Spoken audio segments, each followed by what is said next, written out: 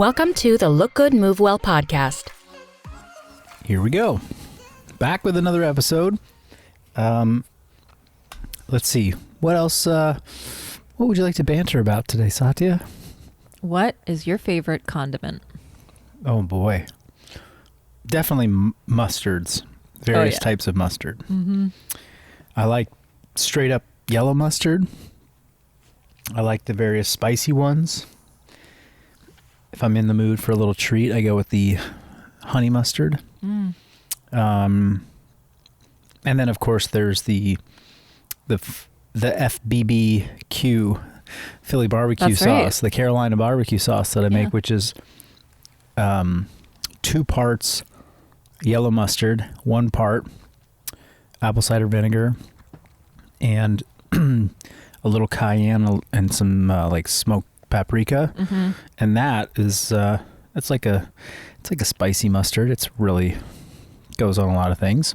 So I started, what's interesting is like I think I started that love for mustard like in college when I was like, oh, here's like a 0-calorie condiment that I can like have and still like do my cutting diet.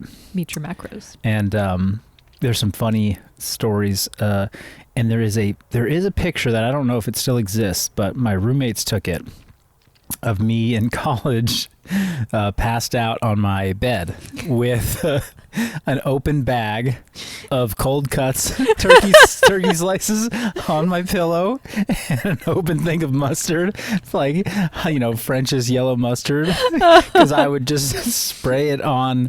I'd squeeze mustard onto the cold cuts and just eat them. I can picture this in my bed. Yeah. And it wasn't like drunk munchies. This was just like no, just normal. This is what you do.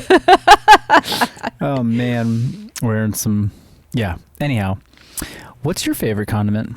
Lemon. I could just eat lemons whole raw. In fact, I do sometimes. And there are very few things that I wouldn't enjoy more with a squeeze of lemon. An open wound. That being one of them. Gosh, what would make this gash on my arm better right now? Lemon. But yeah, I do the lemon in the salt water in the morning. Mm-hmm. I do lemon on different meat, because when you have a dish, especially a savory dish or a fatty dish, sometimes you just need that little hit of acid, and it just brings the whole thing together, and it's just, fantastic. Yeah. I like the acid stuff. Mm-hmm. I like vinegar too. Well, that's basically what mustard is. It's just vinegar and mustard seed. And spices, yeah. Yeah. Yep. Cool. Well, what's your favorite condiment? Slide into our DMs. Let us know. Yeah. Well, maybe we should put up a story. We used to be a hot sauce an institution. We took it too far. We took it way too far. It was that was the other low calorie, 0-calorie condiment that I got a little too excited about. But we used to have like 12 bottles at a time in the gym, and then the people would just mow through them. I mean, I remember buying like bottles of Frank's Red Hot, and just taking the top off and drinking it out of the bottle along with the cold cuts. Mizpah used to keep a giant bottle of Frank's at his desk. Yeah, he was like, didn't want to share. Yeah, his personal hot sauce. That's funny. Like the Indian on our staff who like grew up with spicy foods is just like hoarding the Frank's Red Hot at his desk. That's very Mizpah though. Mm-hmm. Well, we got an interesting question. A question that was interesting enough that we felt like we should do an episode on it. But it's kind of like a combination of different questions. The first was from a participant, somebody who messaged us on social media, Instagram. Hey, I think they had particularly long limbs. This might have been like one of your, 6'5" plus type athletes who is trying to understand like, hey, how do I navigate training with such long limbs? Is functional bodybuilding for me? I seem to be an outlier. And and then another follow-up, another question that we got, or a common question that we got, people's confusion around like what's the best training split to do. And does that tie into your body type? Like, should you be doing this split because of how long your limbs are? how long your hair is, or yeah. So those would be kind of what we're going to tackle today. Is there anything I missed? No, those are the two topics for today. Well, what's the question that jumps, like, what's the curiosity that you have? Yeah. I immediately think about belonging, because I am a long-limbed person myself. And when you get into CrossFit, and especially when you get into Olympic weightlifting, which I love, there are the people who you notice excel at the sport fit within a certain range of body types, and I'm not one of them. And so there's a big, broad question for me about, should I even bother with this whole training method? Am I really going to get something great out of this when I'm clearly not naturally suited for it with my body type? So I do it because I love it, but is there something to consider about is there such a thing as being naturally suited for functional bodybuilding, or how does that fit into resistance training overall? Yep, I get that.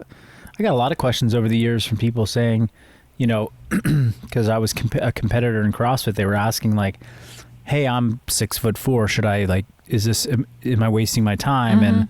And, I think to answer some of those questions, you have to like really look at like, well, what's your true motivation here? Like, if this is going to be a failure for you, if you don't make it to the CrossFit Games, then I might point to the information and the data that says like, well, the average CrossFit Games competitor on the male side is 5'8", and we haven't had anybody over 6'1" qualify in X number of years. And so you can build a pretty strong case that the likelihood of qualifying is going to be low.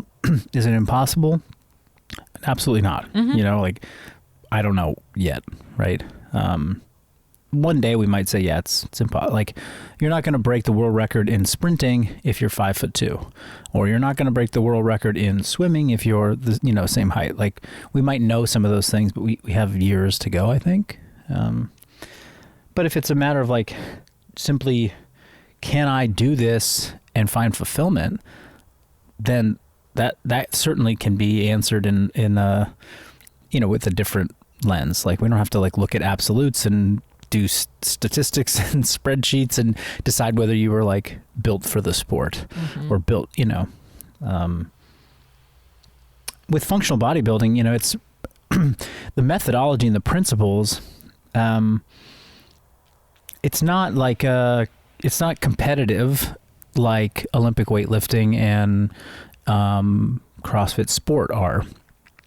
Sure, certainly you can compete within yourself, but Olympic weightlifting has a ideal body type because there's been decades and 100 years of Olympic lifting happening where over that time period it's kind of selected for, hey, this is the best shape and size to have to lift the best weights in the world.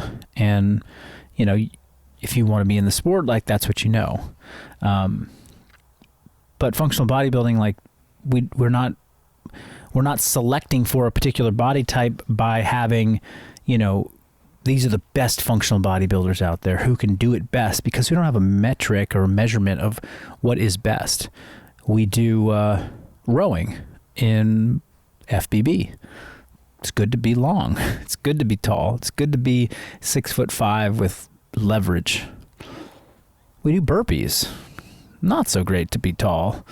Not so great, to have that much body weight and that far to go on every single rep. Granted, like, a lot of the movements that we select for in functional bodybuilding, resistance training and body weight gymnastics, those, the longer you are, the taller you are, the longer your femurs are, it just means you have to move your body through a bigger range of motion than the next person. So you might find certain aspects of it more challenging. There might be things that, if I'm going to put out a general prescription for like, hey, we're all going to do 15 push-ups on this, all, 200 people doing the workout today are doing 15 push-ups. Is everyone going to have as easy a time doing 15 push-ups? Well, if your arms are 2 feet long, versus 3 feet long, well, the person with longer arms that's going to be more work for them. And maybe they can't do 15. But there's plenty of people with 2-foot arms that also are not strong enough to do 15 push-ups yet either, and some that could do 20 or 30. So if you're going to, it's like, well, how do we define whether this is like the right thing for you to do based upon your body shape and size? Well, it's two-part. It's, how good are you at the individual disciplines that you're doing relative to the world best? And should you have like a desire to get there? I mean, you want to give somebody a realistic expectation. Hey, you're the right size, the shape, the limb lengths, the everything. You've got determination. You have a background. Like you could be good at this. I'm not going to guarantee it, but you got at least the tools to do it. Versus like, I'm 5'2". Can I get into the NBA? It's like, it's been done, by one person, but it's not likely. So maybe if that's what you're going to define as success, then let's try something else, right? Or just know going into it that it's going to be a real uphill battle for sure. And then, the other way to do this is sort of just, okay, within myself, I have to remember that how this is written for a wide range of bodies and shapes and sizes out there. So it's not just me that's struggling with it.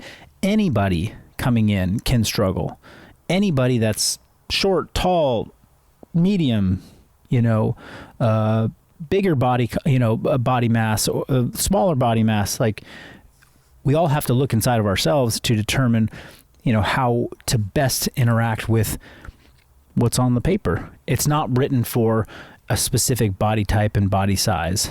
And I think that's kind of where functional bodybuilding sits. So I don't know. Did that rein it in and maybe redirect it with where we started with this question? Yeah, I have a follow-up as well, which is within Olympic lifting, for example, there is really only one way to do a snatch. And within that, you have to find the optimal levers and position for your body to accomplish that movement.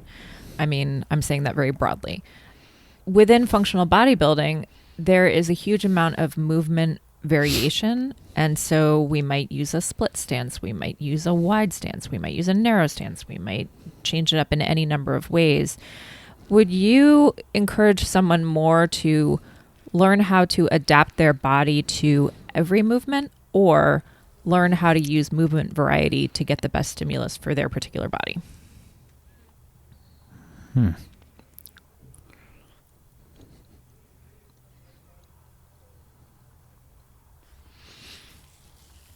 So I guess, that was like that was a long pause right there. I'm really taking this one in. For the listeners out there and people watching, I apologize. I want to make sure I answer this like as you intended. So you're saying if somebody, movement variety within a training program means there's going to be some things that work for you, some things that don't, but just let that be what it is and use the different stimuluses that you're going to get and just go with it. And you'll see progress in some areas more than others, versus like, I'm going to only select for the things that really work for me and stick to that. This is it's one or the other. Is that what you're asking? Or there could be something in between, but how would you go about that? Yeah. I mean, I think it's sort of it's a matter of like your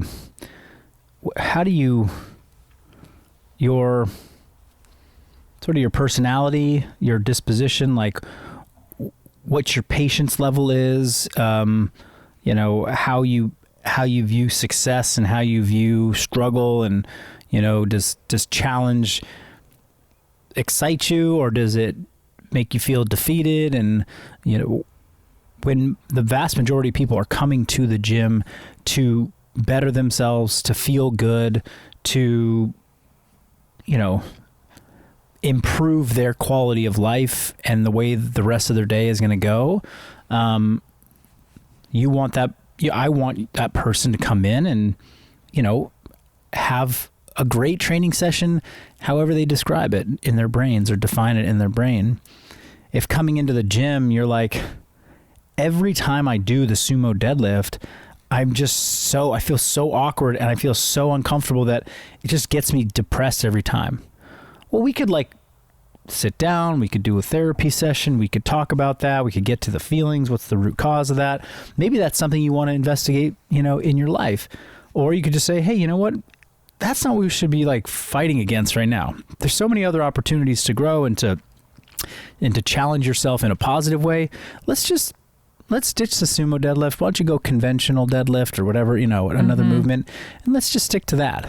I mean, I had, people along the way that in the CrossFit days were like, hey, I'm never doing a handstand push-up again. Right. That's not me. I'm like, but we could work on it. I could teach you how to control yourself and to build strength. And there's lots of regressions. And they're like, nope, I'm not doing it. And it used to frustrate me. I'm like, be open-minded. Don't be so closed off to this thing. And I've definitely come a long way since then where I'm like, yeah, if you're not into that, don't go for it. I think that there's work to be done psychologically or possibly for that person that could add value to their life, not to get them to do handstand push-ups, but to be like, why are you so closed off to this? You're fearful of injury. What happened when you got injured? What got taken away? You could get injured doing something else that you think is easy, that you think is not so bad. And matter of fact, this person I'm thinking about had that happen. They got injured doing a kettlebell swing, which is their favorite exercise. And I never saw them get injured doing a handstand push-up in the last, so it's that might have left this little gap or weakness in their psyche around injury and the potential of that. For me, my personal take is it's kind of a day by day thing.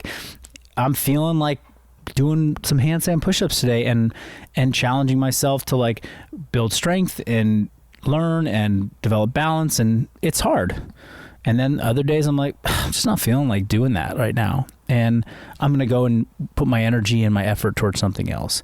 And so it's not like a, one way or the other, a binary choice. I'm never doing it, or I'm always going to do it and I'm always going to push my weaknesses. And that was such a theme in the CrossFit days. You got to train your weaknesses. You got to get better at your weaknesses. And it was essential as a competitor. You had to, I didn't have the option to be like, I don't really feel like doing that today. Right. Now I do.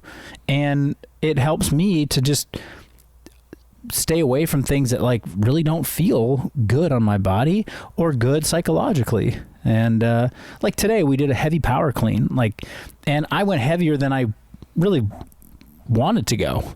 And the last rep felt bad. And I was in my head about it. I'm like, that was 40, 50, 60 pounds off of my all-time best. I barely got it up. Looked terrible.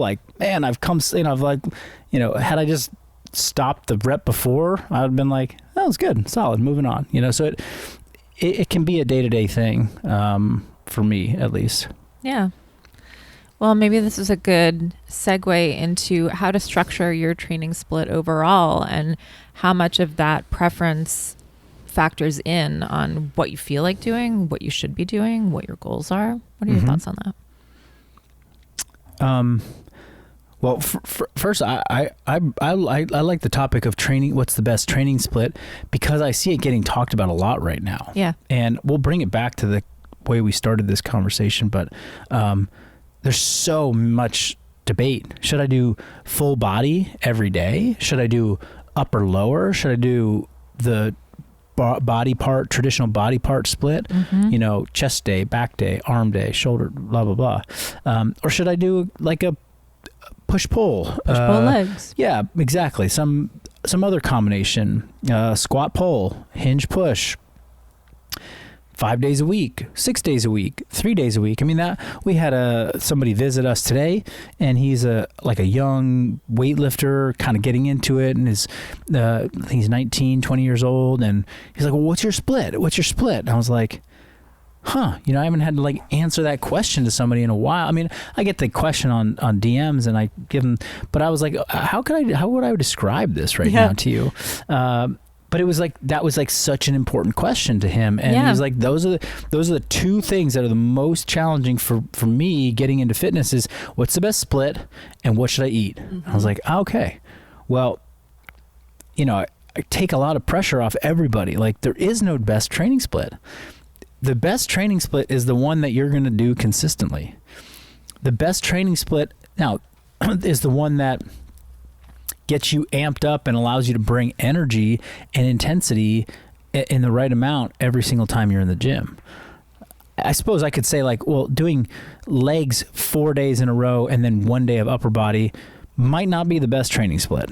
That might be a bad one, because by the second or third day, if you're really pushing hard on the first day, like you're going to be smoked and you're not going to get a lot out of your day 3 and 4 training session. But there's going to be an exception out there. There's going to be somebody who's like, I do that and it works great. And I got the biggest legs in the world. It's like, there are a lot of girls on Instagram that just have butt day. That's all. There you go. 7 days a week. Right. So there is really no best split. There are definitely training splits that are backed by like some good reason and good logic. Like if you do, 2 days of legs a week and you really do intense days of your legs, like that's probably, given the fact that those muscle groups for an intermediate to an advanced athlete, could really put out a lot of power and probably can't recover that quickly from them, like that might be sufficient. And a lot of people will say like, if you hit each body part twice in a week with intensity, so long as you're intermediate or advanced, like that is adequate and sufficient. And so you could look at general training split models that are out there that are backed by some good science and some good philosophy and pick one. But if you do this one and you say this is the best, like it's just not, because there's another one that's working great for somebody else. Now, that's like the overall, training split conversation. When you get into individuals, then we can start to say, yeah, this is probably better for you than the next person. And that comes down to things like we've already discussed, like movement patterns. You got really, really, suboptimal lower body limb lengths for squatting. Like when you squat it, like you have really, really long tibias, like, from ankle to knee, and then really short, femurs. Like, I mean, they're never going to be that out of proportion, but let's just on the, spectrum, like yours is not optimal. Okay. So when you squat, like that ends up putting a lot of tension and leverage points on like your low back and maybe your knees, and you don't have great squatting mechanics. So if we're going to squat you twice a week really hard, like that just wrecks your back and you don't feel good and you feel tweaky and achy, and it's like, okay, well then maybe we should do like, 2 sets of squatting 4 days a week and make it really light and moderate. That way you get a little bit more volume, you get a little bit more frequency, but you're never having to touch heavy weights. Or maybe we should just have you squat once a week. Or maybe we should do a hybrid of like a squat pull off the ground where you're like doing a trap bar deadlift, and it's kind of like a squat, but you never actually squat, and we're just going to take squatting out of your program. So then we can start to get a little bit more specific about what might work for you best. And best meaning, it makes me feel the best, I don't hurt as much, I see progress, I feel good, I'm motivated, I'm excited to be in the gym. Any of those things could be the definition of best for you. Yeah. And where does working on your weaknesses fit into a training split design or a functional bodybuilding program as a whole, or just a general training approach? Because I think that there is a certain amount of training that doesn't come naturally, especially when you're trying to make progress and you're trying to grow. You are going to have to get uncomfortable in certain aspects. And so if you want to stay consistent and you want to stay motivated, how do you fit the piece of, I know this part is really going to challenge me and not going to be my favorite thing? Yeah, I mean, I think you have to start by examining, is this thing that is a weakness, is that holding me back from the goal that I have stated? Once upon a time, we had this philosophy of like, you have to tackle your weaknesses to become a well-rounded athlete. And if I go back, the number of people that walked in the door and said, I really want to be a well-rounded athlete, was zero. Yeah, nobody says that. Nobody said that. They said, I want to look better, I'll feel good, have energy, be a little stronger. Okay. You being able to snatch, isn't part of that equation. It might be a weakness of yours, but I don't need to make it better in order to get you to lose weight, in order to feel better, in order to, I need to get you to snatch if you want to be a better CrossFitter, and you didn't tell me that that's what you want to do. Yeah. So that's a weakness that I think, I don't really consider that a weakness. That's like an imposed weakness. Like, I'm weak at, the violin. Like, I don't want to play the violin. Like, do I need to go work on that weakness? Like, maybe I need to generally work on this, like, absence of creative art in my life, because that stretches a part of my brain. But okay, well, let me find a way that I have to decide, like, is that something that connects to my, purposeful evolution in my life? Like, do I want to be somebody who connects to that part of my brain because I see that it's important for me, having balance and not being so one-dimensional as a human. Okay, I'm going to go find something I like. But no, I'm not doing the violin. Like, I don't want to, that doesn't excite me. Like, doing this thing does. Yeah. So, but make sure that your weakness that somebody's telling you is a weakness that relates in some way to the goals that you have. And you have to be able to either see that logically or create the story for why that weakness is important to overcome before you go and do it. So in fitness, there are weaknesses that we can, I think, talk about in a really, like, logical, sensible, like, with some science behind it way to help pretty much everybody accept that, like, yeah, that is something I should address. Like, unilateral single leg strength weakness. That is something that if we uncover, or about yourself, and you say you want to be strong, you want to lose weight, you want to be active, you want to feel good. Okay, well, if your hips are really weak when you stand on one leg, but you can squat a decent amount of weight when you're on two legs, you got yourself a weakness that will manifest at some point as an injury, as a strength plateau, as a limiting factor to you being able to do more interesting, challenging, and effective exercises. And so you're going to be held back in your pursuit of the goal if we don't address this weakness. Okay, that's a weakness that I could get behind and be like, yeah, we got to put that into your training here and there, at least a couple times a week until it becomes, a moderate strength, until we check that box. So that this is like, this is where we've evolved to with functional bodybuilding, is like, what are weaknesses? Weaknesses are not individual skills for everybody. They're individual skills that certain people have determined, they want to overcome these skills. Like, hey, you want to get a muscle up? Hey, I saw you're not good at doing ring dips. Like, ring dips are a weakness.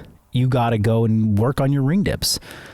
But ring dips are not a universal goal and metric by which we must, determine if someone is weak or not. Like, if you don't want to do a muscle up ever, you don't ever have to get on the rings. You can go do bar dips. You can do a different type of press. You can do a dumbbell press. The people that gravitate towards functional bodybuilding see the gamut of exercises and movements that we do, and they are interested in them. There might be 1 out of 50 that they're like, I don't like that. Mm-hmm. That's fine. Come do the other 49, that show up every week and persist, or in one of our programs. And if you have a personal coach at Functional Bodybuilding, guess what? They're not going to give you the 50th one. They're going to give you 100% of those other 49 exercises, because that's what you love and that's what's best for you. Until one day where you're like, I don't want to get that muscle up. You're like, let's go do ring dips. You're like, oh, yeah, okay, I got to do it now. Now I'm on board. So don't let somebody else tell you what your weakness is. And just because somebody else is doing it and they look better than you, or they have the body that you want, doesn't mean that that's the only way that you're going to get their body, is because they're good at handstand walking. You don't necessarily need to do that. Exactly. Okay. You think we covered the training split question sufficiently? I feel like, it's definitely something that takes a lot of exploration, and I think knowing yourself well and knowing what your priorities are. But yes, for sure, it's not 100%. There's one way to do it. Yeah. And if I was going to leave people with like a way of deciding what is the best training split or training template that they should follow, and this is how I build our programs, a lot of our programs, is what training split is going to allow you to come in and really give it your best on every session. I have done training splits like back in the day. I used to train 2, sometimes 3 times a day, 6 days a week. That's a complicated training split. How are you going to map those out? Yeah. Versus 4 days a week, once a day. Okay, that might look very different. And on each of those, it was really built on the premise of what's going to make every session, or the most important sessions, the most productive. So when I did 12 sessions a week, there were 4 or 5 that were high priority productive sessions. The other 7 were volume and just, putting in like repetitions and submaximal training. And we had to make sure that I didn't overdo it on Friday or on Thursday afternoon, because Friday morning had to be really important and really good. And if that's, the training split that you're looking to try and build for yourself, or you're trying to learn how to navigate a group program, think about what days are your best days. When do you want to be at your best? Yeah. Hey, leg day is Monday right now in the training program. But Mondays suck for you. You hate Mondays and you wake up feeling exhausted. Yes. So move Monday to Tuesday and you can show up and crush leg day, because that's what you really want to work on. So that's how you want to map it for yourself. That's what's going to give you the best results, is when you can just show up and have good energy and quality training sessions in the days that matter the most to you. Yeah, I think that's important. So Satya Olympic lifts on Fridays. That's right. That's when you... I woke up in the green today. I was ready to get after it. That's right. Yeah. Okay. Thanks for the questions, everybody. And shoot us a DM if you got any more. We'd love to answer them. Absolutely. See you next time. See ya.